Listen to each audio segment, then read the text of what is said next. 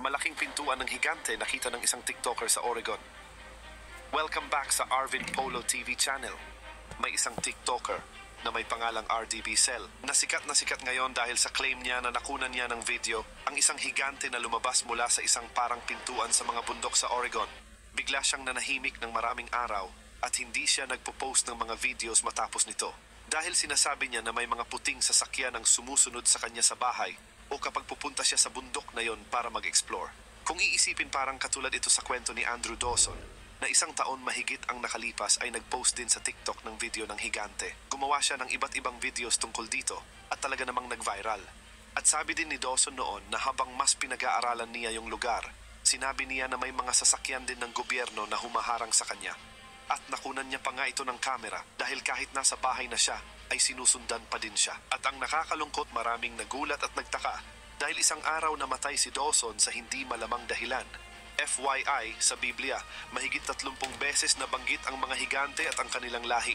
Yung pinakasikat na verse, Genesis chapter 6 verse 4, na sinasabing ang mga higante ay nasa lupa ng mga araw na yaon at pagkatapos din naman na makasiping ang mga anak ng Diyos sa mga anak na babae ng tao at mga kaanak sila sa kanila. Ang mga ito rin ang naging makapangyarihan ng unang panahon na mga lalaking bantog.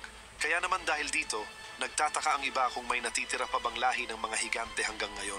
Maraming tao ang naniniwala dito at kasama na nga si RDB Cell dito. At ngayon tignan na natin ang buong nakita ni RDB Cell. Ang TikToker na si RDB Cell na may totoong pangalan na James Goble ay dating konsehal sa siyudad ng Oregon.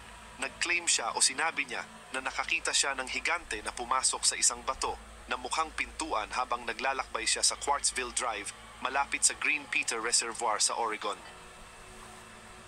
That thing was open. It opened completely up and then it closed back up. And there's a little slot in it right up there. You can see that little slot where it looked like somebody was staring out of. Dude, giants are freaking real. I don't care what anybody says.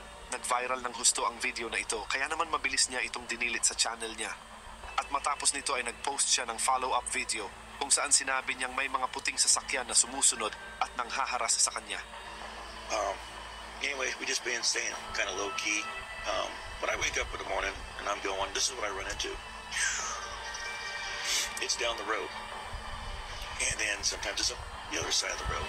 And sometimes it just follows me around town. And there's a white truck that does the same thing. May video sa page niya kung saan bumalik siya sa site. At makikita mo sa simula ng video na may dalawang magkaparehong puting truck na dumadaan. Balak kaya ng mga sasakyang ito na patahimikin siya para hindi na malaman pa ng iba ang mga nalalaman niya? Totoo ba na alam ng gobyerno ang tungkol sa mga higante at ayaw na lang nilang ipaalam sa mga tao ang tungkol dito para hindi na makalikha ng pagpapanik? Sa tingin mo? So ngayon tignan naman natin kung ano ba talaga ang itsura ng pintuan kapag malapit. Nilapitan niya ito ng malapitan at tinutukan niya ito ng video camera. May ibang tao ang pumupunta dito para mag-explore, pero wala naman silang nakikitang kakaiba sa lugar. At ngayon, ito naman ang magandang drone footage na kinukunan ng pintuan ng higante.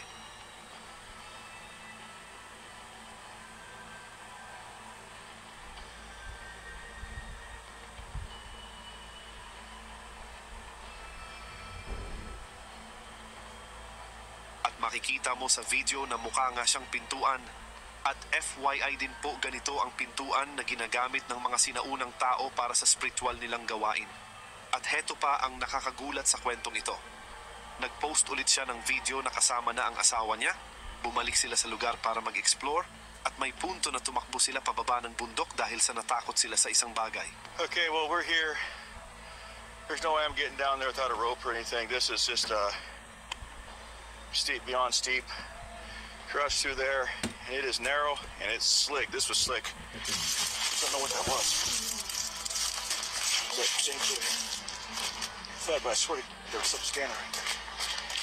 Just keep going. I don't know what but just get going. Di malaman kung gumagawa lang ba sila ng kwento para mas maging interesado ang mga tao. O pwede rin naman na totoo talaga ang mga sinasabi nila. Kaya naman hindi tuloy maiwasang mag-isip ng mga nakakapanood na baka isa itong doorway o lagusan na konektado sa isang spiritual na dimensyon. Anybody that knows us knows my wife is very black and white, and if you listen carefully, you can hear what she says, and you can see her crying. So On our way back down, something happened, and we ended up running. Anybody who knows me knows that my old butt don't run. Anyways, will I go back? No. Will I take somebody else up there? No. I can tell everybody where it's at. If you DM me, I don't. That's about it. Mukha talaga siyang Aramumuru sa Peru. Ang Aramumuru sa Peru ay isang misteryosong lugar din na matatagpuan malapit sa Lake Titicaca, isa sa pinakamalalaking lawa sa South America. Kilala din ito bilang Gate of the Gods o Puerta de Hayumarca. Isa itong malaking bato na may hugis parihabang ukit sa gitna. Ang ukit ay mukhang isang pintuan o portal na nakaukit sa solidong bato. Ang eksaktong pinagmulan at layunin ng Aramumuru ay hindi pa din tiyak. Kaya naman maraming alamat at espiritual na mga kwento ang nagsisilabasan tungkol dito. Ayon sa ilang lokal na alamat, ito ay isang portal patungo sa ibang dimensyon o isang stargate na ginagamit ng mga sinaunang tao para sa espiritual na paglalakbay o komunikasyon sa mga Diyos o ibang nilalang. Ngayon mabalik tayo sa mga higante. Sa tingin ko, maaring posible ito. Dahil alam naman natin na sa buong mundo ay taon-taon may mga tao ang nakakakita ng malalaking nilalang na naglalakad sa kagubatan. May mga nakaka-encounter pa nga sa kanila at may mga nakakakuha pa nga ng video. Kamakailan lang din, may video na lumabas mula sa Salt Lake City, Utah na parang may malaking nilalang sa gilid ng bundok. Mukha talaga itong malaking tao na nakatayo sa gilid na tuktok ng bundok. At mula ang video na ito sa isang Instagram page ni Token Ginger 2.0 at mukhang totoo talaga ito para sa karamihan.